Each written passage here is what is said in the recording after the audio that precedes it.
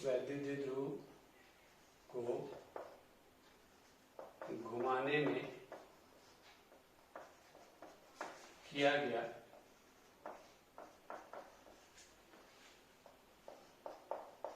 कार्य।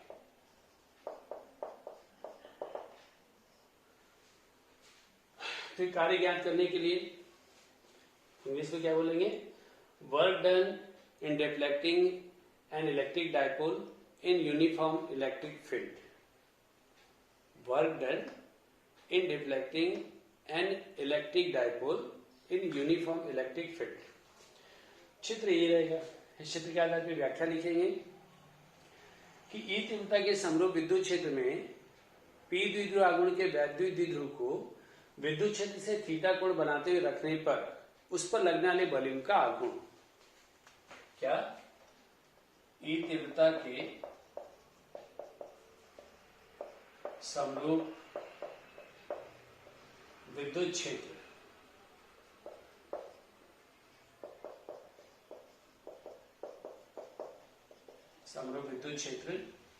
में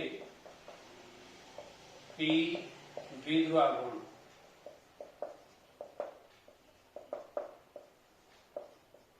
के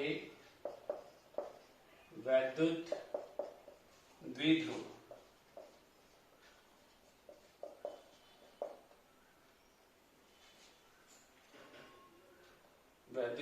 पर लगने वाले बल युग्म का आघूर्ण। तो लगने वाले बल युग्म का आघूर्ण टाउ बराबर पीई साइन थीटा। अब इस बल युग्म के आघूर्ण के द्वारा वैद्युत द्विध्रुव को अल्प कोण थोड़े से कोण से घुमाएं तो अल्प कोण डी थीटा से घुमाने में किया गया कार्य। तो वैद्युत द्विध्रुव को अल्प कोण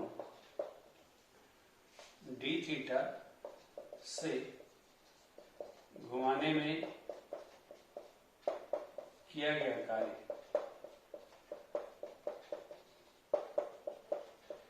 तो अल्प कोण से घुमाने में किया गया कार्य भी अल्प होगा। तो कार्य डी डब्ल्यू बराबर टाउ इंटू डी थीटा। इसमें हम टाउ का मान रख दिए तो ये PE sine theta into D theta. ऐसे हम वैद्युत द्विध्रुव को थोड़ा थोड़ा घुमाएं तो विद्युत क्षेत्र यहां से थोड़ा सा घुमाएं, फिर थोड़ा घुमाएं, फिर थोड़ा घुमाएं, फिर थोड़ा घुमाएं, इस स्थिति में लाए तो कितना 0 डिग्री से थीटा डिग्री। तो वैद्युत द्विध्रुव को 0 डिग्री से थीटा डिग्री तक घुमाने में किया गया कार्य। इस तरह वैद्युत द्विध्रुव को 0 डिग्री से थीटा डिग्री तक घुमाने में किया गया कार्य।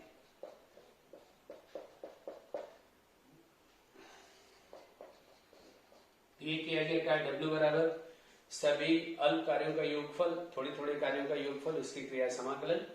इसलिए हम 0 डिग्री से थीटा डिग्री के भी समाकलन dw लिखेंगे। तो dw का मान लिख दिए PE sine theta with respect to theta. मतलब यहां पर पीई साइन थीटा का थीटा के सापेक्ष समाकलन हो गया। लिमिट क्या है? 0 डिग्री से थीटा डिग्री के बीच। तो कार्य W बराबर पीई, ये नियत है, इसको बाहर लिख दिए। अब 0 डिग्री से थीटा डिग्री के बीच साइन थीटा का थीटा के सापेक्ष समाकलन। तो साइन थीटा का थीटा के सापेक्ष समाकलन कर दिया जाए तो कार्य W बराबर पीई साइन थीटा का integration minus cos theta, limit 0 degree से थीटा डिग्री। तो कार्य W बराबर पीई। अब ये माइनस कॉस थीटा है तो हम ये माइनस साइन को छोड़ दिए। ध्यान रखिए माइनस साइन को छोड़ेंगे तो लिमिट को चेंज कर देंगे। लोअर लिमिट अपर हो गया तो 0 को ऊपर लिख दिए और थीटा डिग्री को नीचे लिख दिए। अब इसमें मान रख देंगे upper limit minus lower limit के आधार पर कार्य W बराबर PE cos 0 degree minus cos theta degree और cos 0 का मान 1, तो कार्य W बराबर मिल गया PE into 1 minus cos theta. तो ये था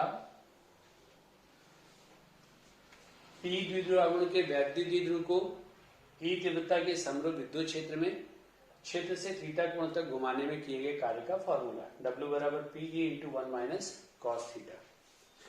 अब इसमें भी स्पेशल केसेस कब मान क्या होगा,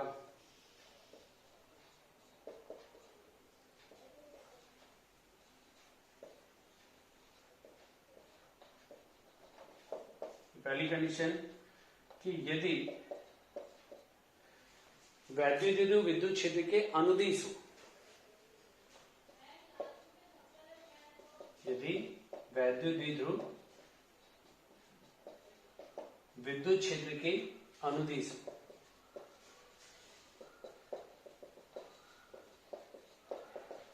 विद्युत क्षेत्र के अनुदिश हो,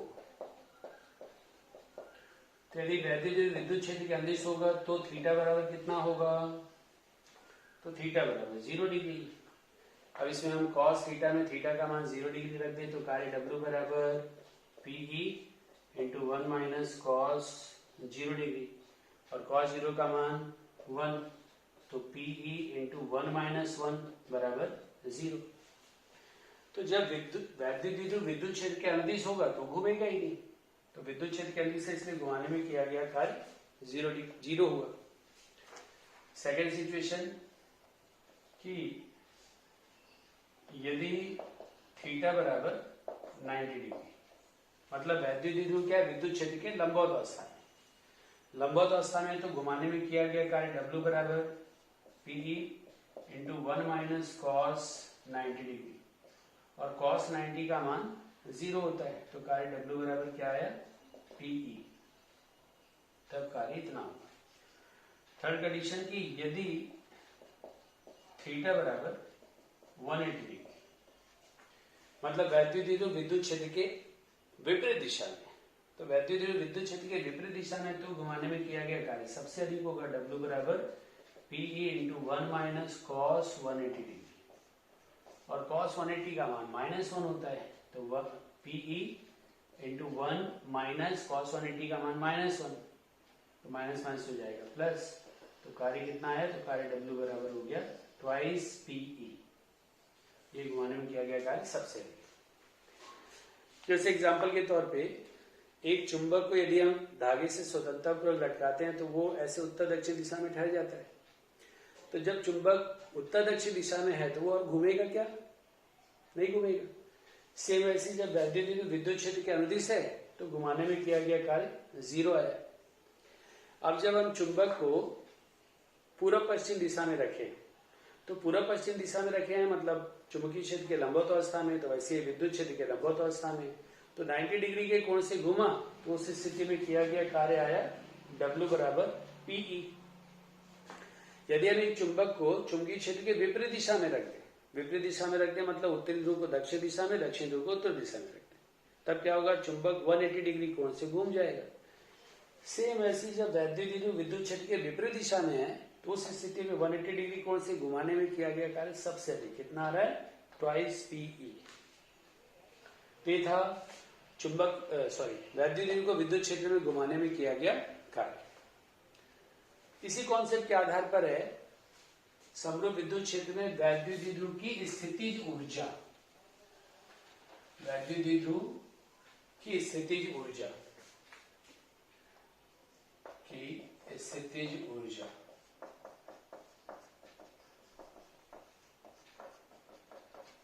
potential energy of electric dipole in uniform electric field, potential energy of an electric dipole in uniform electric field। तो व्याख्या में थोड़ा सा हेर फेर करना होगा, बाकी कॉन्सेप्ट पूरा ऐसे ही रहेगा। तो शुरू इसकी परिभाषा स्थिति ऊर्जा की, तो इसमें ये बोला जाता है कि वैद्युत द्विध्रुव को विद्युत क्षेत्र में मानक स्थिति से वर्तमान स्थिति तक लाने में किया गया कार्य वैद्युत द्विध्रुव की स्थितिज ऊर्जा कहलाती है।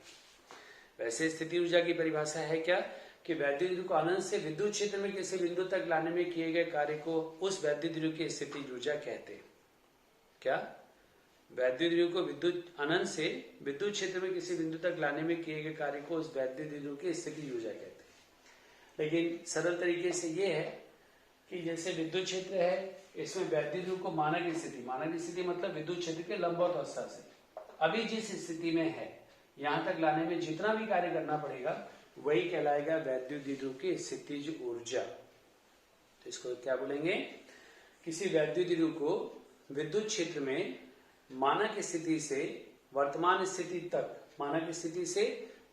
स्थिति तक लाने में किए गए कार्य को उस वैद्युत द्विध्रुव की स्थितिज ऊर्जा कहते हैं। मतलब इसमें भी अपने को कार्य ज्ञात करना है। कितना कार्य? तो 90 डिग्री से थीटा डिग्री तक घुमाने में किया गया कार्य। यहाँ पे हमने कार्य की गणना की है 0 डिग्री से थीटा डिग्री, तो यहाँ पे 0 की जगह 90 हो जाएगा। 90 डिग्री से थीटा डिग्री तक घुमाने में किया गया कार्य ज्ञात करेंगे। तो शुरू में व्याख्या ये रहेगी कि तीव्रता के समरूप विद्युत क्षेत्र में पी द्विध्रुव आघूर्ण के वैद्युत द्विध्रुव पर लगने वाले बल का आगमन टाउ बराबर पीई साइन थीटा। वैद्युत द्विध्रुव को अल्प कोण डी थीटा से घुमाने में किया गया कार्य डी डब्ल्यू बराबर टाउ इंटू डी थीटा, इसका मान पी साइन थीटा। अब यहाँ पे एक वाक्य जोड़ देंगे स्थितिज ऊर्जा की परिभाषा से। क्या? स्थितिज ऊर्जा की परिभाषा से।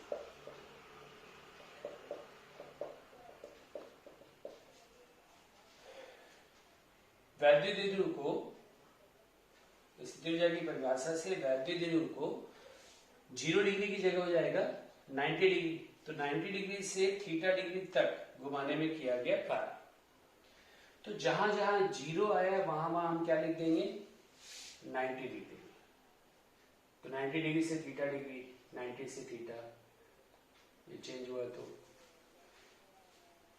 तो कार्य W बराबर P इंटू कॉस 0, तो कॉस 0 की जगह ये हो गया कॉस 90 माइनस कॉस थीटा, और कॉस 90 का मान होता है 0। तो अब हमको यहाँ पे कार्य क्या मिला?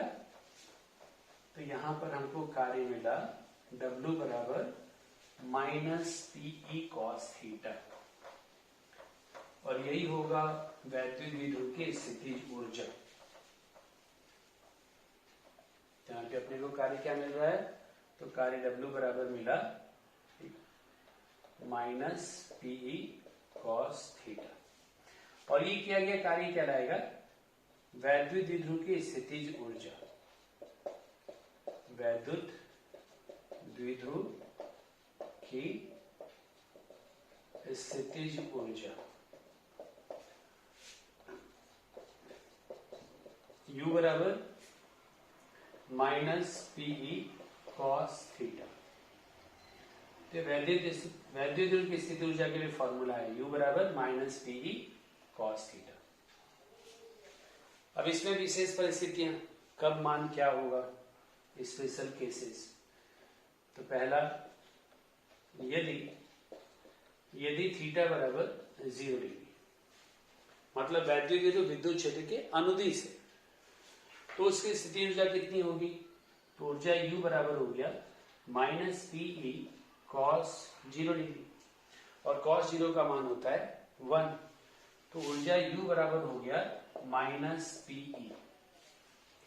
ये ऊर्जा का मान सबसे कम है, इसलिए हम इसको कहते हैं स्थायी विन्यास। क्या बोलते हैं? स्थायी विन्यास या स्थायी संतुलन की स्थिति, क्योंकि इसमें वैद्युत द्विध्रुव की स्थितिज ऊर्जा का मान सबसे कम होता है। सेकंड है कि यदि थीटा बराबर 90 डिग्री, मतलब वैद्युत द्विध्रुव क्या है? विद्युत क्षेत्र के लंबवत अवस्था में। तो जब वैद्युत द्विध्रुव विद्युत क्षेत्र के लंबवत अवस्था में होगा तो ऊर्जा U बराबर माइनस पीई कॉस 90 डिग्री, और कॉस 90 का मान 0 होता है, इसलिए ऊर्जा हो जाएगी 0। और ये ऊर्जा 0 है, इसलिए हम इसको बोलते हैं मानक स्थिति, स्टैंडर्ड पोजीशन, मानक स्थिति, प्रामाणिक स्थिति।